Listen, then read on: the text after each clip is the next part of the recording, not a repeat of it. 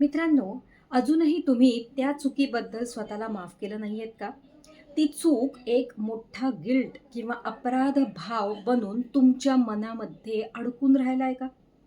मी असं का वागले? मी असं का बोलले? किंवा मी असं केलं असतं तर बरं झालं असतं. या इफ एल्स, जर तरच्या लूपमध्ये अजूनही तुम्ही अडकून राहिला आहात का? स्वतःला दोष देत राहिला आहात का? आणि त्यामुळे जेव्हा केव्हा तशी सदृश्य म्हणजे सिमिलर परिस्थिती येत राहते, त्यावेळेला ते ट्रिगर बनून पुन्हा तुम्हाला त्रास देतं का?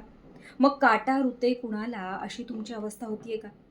मनामध्ये हा अपराध भाव असणं म्हणजे जणू काही एक मोठा काटा किंवा एक मोठा सल आपल्या मनात घेऊन आपण सतत वावरण्यासारखं आहे.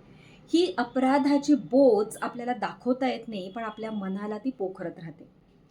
परिणामी त्याचे आपल्याला सगळे काही परिणाम आपल्या शरीरावरती सुद्धा दिसतात. म्हणतात ना, की आपलं शरीर हे आपल्या मनाचा आरसा असतं.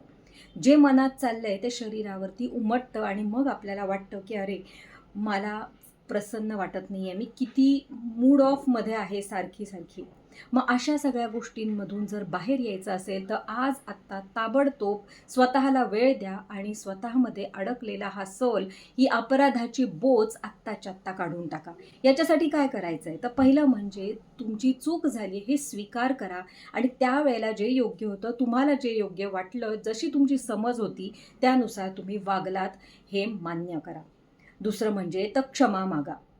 क्षमा कुणाची मागायची आहे? तर पहिले म्हणजे तर स्वतःची पण क्षमा मागा. स्वतःला माफ करून टाका आणि दुसऱ्यांना सुद्धा माफ करून टाका. जर माफी स्वतः जाऊन मागता येत नसेल, तर मनातल्या मनात दुसऱ्यांची माफी मागा आणि मोकळे व्हा. वर्तमानामध्ये लक्ष केंद्रित करा. जे झालं ते घडून गेलं. ती घटना संपली आता. आता त्या घटनेमध्ये अडकून राहून तुमचा वर्तमान आणि तुमचं भविष्यकाळ खराब करू नका. अशा अनेक गोष्टी आपण फॉलो करू शकतो. डिस्क्रिप्शनमध्ये व्हिडिओची लिंक आहे, की ज्यामध्ये 6 प्रभावी उपाय तुम्हाला सांगितले आहेत. ते नक्की फॉलो करा आणि मन मोकळं प्रसन्नतेने जगा. धन्यवाद.